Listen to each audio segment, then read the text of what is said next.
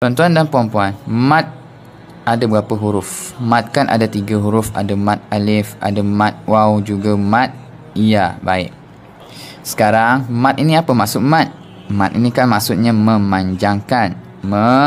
Memanjangkan.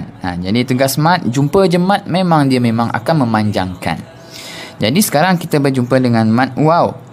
Maka mat waw yang kita jumpa sekarang ini, waalaikumsalam warahmatullahi, akan kita hukumkannya sebagai mat asli. Panjanglah kita dengan 2 harakat. Waalaikumsalam. Jadi persoalan kita, tuan-tuan dan puan-puan, kenapa mat waw yang kita jumpa sekarang ini boleh kita hukumkannya sebagai mat asli, tuan-tuan dan puan-puan? Kenapa? Kerana sekiranya mat waw yang kita jumpa ini dia nak menjadi mat asli, dia mestilah mengikut pasangannya yang betul. Siapa pasangannya yang betul? Pasangan yang betul untuk mat waw adalah sebelumnya mesti ada huruf yang berbaris depan. Nampak tak? Inilah dia pasangan yang betul untuk mat waw. Betul pasangannya, barulah dia boleh menjadi mat asli. Waalaikumsalam warahmatullahi. Juga mat asli